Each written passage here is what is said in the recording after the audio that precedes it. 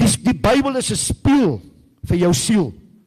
Wie van julle het vanoggend voor die spieël gaan staan en jou gesig gewas? Doen my 'n guns asseblief. As jy van nou na die kerk by die huis kom, gaan staan in daai spieël.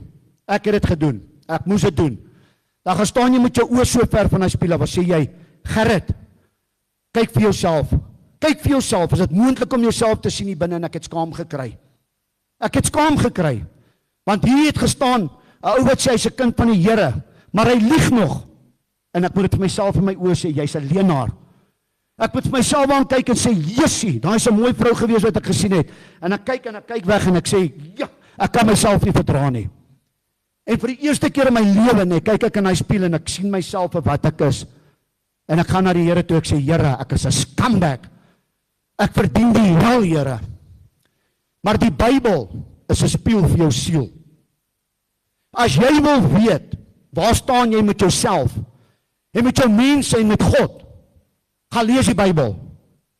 Ek dank die Here vir praise and worship soos hier, wat dit gebeur, wat die Here geloop en geprys word. Ek eer die Here vir dit. En ek sê vir julle, dankie vir julle praise and worship, dit is fantasties. Maar dit kan nie jou siel red nie. Dit kan jou nie skoon maak nie. Hierdie is die woord van God. En die Bybel sê, dis nie die woord van God wat jou kan verander.